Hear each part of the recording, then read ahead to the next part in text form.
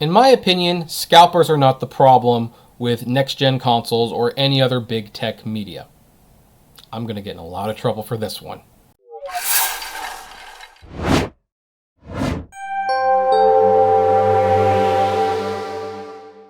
Hey everyone, this is Kevin the Apptrepreneur. Welcome to my channel. If this is your first time here and happen to really like this video, do me a favor, hit that subscribe button and ring that bell notification so that you'll be notified when more videos come up. So, okay, I have been lucky enough to get an Xbox Series X.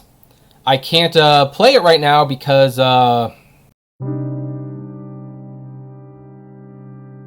because I can't. I just can't. And I've been unsuccessful in my attempt to get a PlayStation 5. Now, before we go any further, just to let everyone on my channel know, no, this is not specifically a console-related video. It's more of a tech in general editorial. We're just using the PS5 and the Xbox Series X because it's relevant right now. But the thing is, every time there's a new console launch, there are scalpers. There are people who buy the system with the intention of selling the system. And this year in particular, it seems to have gotten especially bad. I've been watching videos from Yang Ye, Dreamcast Guy, and Review Tech USA. And in fact, Dreamcast Guy in particular was the inspiration for this video, where they have actually gone into full-length rants about how they do not like scalpers, that scalpers artificially inflate the market, and that these are systems that could be sold to real gamers who are desperate for a game system and they should be able to buy it for retail price. That's kind of the argument, that gamers want to buy this and they should be able to buy it at retail price, but they can't because of scalpers, and they think that scalping has become a huge problem. And here's the thing, while I agree that scalping has become a huge problem, I actually don't blame the scalpers. Now, I'm sure some of you are watching this right now and saying, like, okay, Kevin, you're an idiot. I'm going to unsubscribe right now. Hear me out. Hear me out. What is my channel called? My channel is called the Apptrepreneur. It got started because I was doing DoorDash and Uber, and I decided to help people with the hustle. The whole point of my channel is to encourage people to try to make money on their own terms without having to get a real job if you can, or if you have to get a real job, do something to make a little extra money. And I have to say, with the way the market currently is working right now, as an entrepreneur, if you can get a PlayStation 5 or an Xbox Series X, it is very much worth your while to sell it, make double if not triple your money back, and you can buy the system next year when it's in plenty of stock and someone else will have essentially bought you your console. For people with entrepreneurial spirits out there, this makes a lot of sense. And even though it sounds like it's a crummy thing to do, to write a bunch of bots and have like a group together and buy thousands upon thousands of PS5 and Xbox Series X units, yeah, that's happened. I understand that that's frustrating to hear, but that is not the scalpers' fault. They are just trying to make money. They have found a way to make money, and I don't think anyone should be criticized for that. In my opinion, there's a few people to blame for the scalping problem, and the number one choice might surprise you, but I blame these individuals more than, say, the scalpers themselves. The first company that I blame is, of course, Microsoft and Sony themselves. I'm leaving Nintendo out of this because we all know that Nintendo purposefully undershorts their product, so they kind of get a pass. But Microsoft and Sony have been through a few generations of consoles, and it's always the same thing. They release a system, they don't have nearly enough units to meet the demand, it sells out for months on end, and then later on the next year, anyone can get it, and it creates a bidding war on eBay for people who really want it, who can't get it. The reason I blame them first is because, you know what? The development cycle is always the same. They design the system, they get it ready, and then they start building it not too early before the launch, and then they sell all of their inventory, and it's sold out in one day. The first time this happened, understandable. The Xbox 360 and the PlayStation 3, the demand was way higher than anyone expected. But here's the thing. They've been down this road a few times. They know what the demand is like. They usually know that, 50,000 units or 500,000 units or whatever it is not enough to meet demand. And they should be planning for at least a couple million units. And if that's what they're doing right now, they need to plan for more. They need to know that whatever they sell out at launch, they need to have more available at the launch than that. And yeah, there might still be a shortage, but if you make more product available at the launch, then the chances of that selling out faster is a little bit slimmer. I also blame the retailers who have websites that are not designed to catch these bots.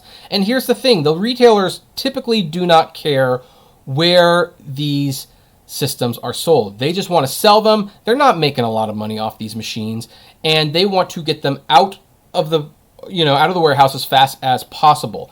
Still, if they truly cared about this being like a fair thing, maybe for like the new systems, they wouldn't make it be an online thing. Maybe they would, say you have to be in store, and that way you can guarantee that individual people are getting their systems, and then whatever is left over after the launch, then you can put those online.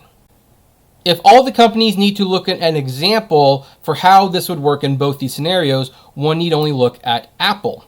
Apple has their Apple stores, so when a new iPhone or something comes out, usually they are the only place that you can get it at day one.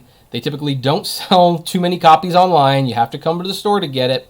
And even though the first few iPhone models and the iPads were sold out and became a scalper's paradise, Apple figured out what the appropriate demand was. They modified that demand to the point where shortages with Apple products, even new ones that are highly anticipated, are rare. So there are ways for Microsoft and Sony to do this, although Microsoft did just close all their stores, so...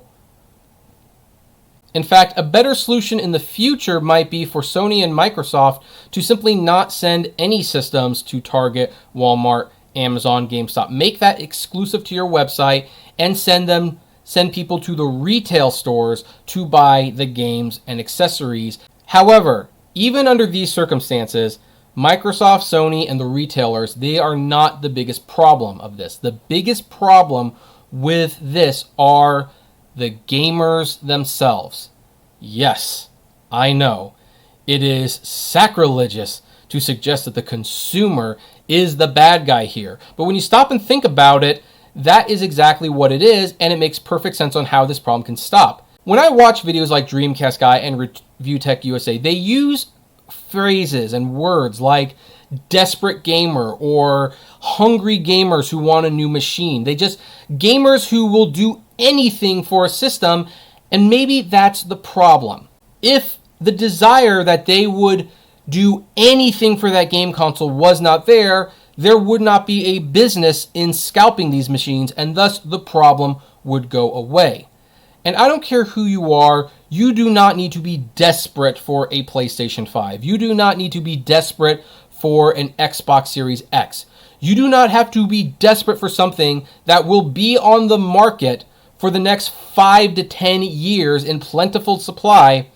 And yet these people, because they just can't wait a few months, there's just something about waiting that few extra months that just drives them crazy for some reason. They go to a scalper and they pay an inflated price. Dreamcast Guy said that he has got contacts from people who said that they saved their money, they ate nothing but ramen to save up for the PlayStation 5, and now they can't get one. And my advice to them is, okay, save the money. You don't have to spend that money. It's not burning a hole in your pocket. Save that money, and then when it's on the store shelves, buy it at that point, because you will have the money and everything will be fine. You just got to wait till like March or April. But the fact that scalpers know that there are people who are willing to go to eBay and pay this for, a PlayStation 5 that they could easily get for retail price in a few months. Heck, they can even get it and just have like a $30 a month payment for 18 months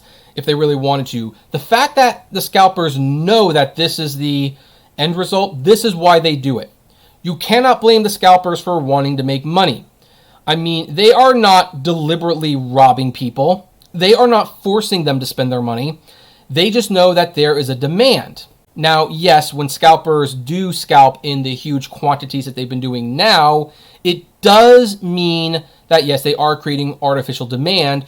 But again, if gamers said no, and if parents who did not want to spoil their bratty little kids who asked for a PlayStation 5, and instead of saying, well, Santa will get you a PlayStation 5 for Christmas, maybe they should say, you know, that's not going to be a guarantee. You might have to wait a little longer for PlayStation 5. What else would you like in case the PlayStation 5 is not available? I mean, if there was an attitude of that more often, scalping would be pointless. The reason scalping exists, whether it be for PS5s or Xbox Series X or iPhones or heck, even the Microsoft Surfaces, when they first came out, they were scalped and they were sold at a huge premium, and most people agreed that those Surface RT units weren't very good to begin with. But if there were not people willing to spend this kind of money for these products, this problem would go away. And it would especially go away if in combination with gamers and tech lovers saying, nope, I'm not going to pay scalpers for inflated prices, if the retailers would find alternate ways so that bots could not be used, and if the suppliers would figure out that they know they don't have enough supply to meet demand and they either delay the product till there's more supply or vice versa, combined, this could end the scalping problem. But don't blame scalpers because they're just trying to make money too. In fact, full disclosure, I'm trying to get a PlayStation 5 right now, and I'm going to tell you right now, if I do get a PlayStation 5 before Christmas and they're still selling for these prices, of course I'm going to sell the system. I would gladly have someone else pay me money so that I can have my system next year if they want to have it so badly now. I know that's not a popular opinion, but hey, it's mine. I would like to know what your opinion is. Comment below, like, favorite, share, subscribe, and as always, flame responsibly. If there is one thing I agree with all of these YouTubers, though, I do agree, don't buy inflated prices from scalpers. Just don't do it. That adds to the problem, and you're just screwing yourselves in the long run because you're going to spend hundreds of dollars that you otherwise would not need to spend. Have a good one.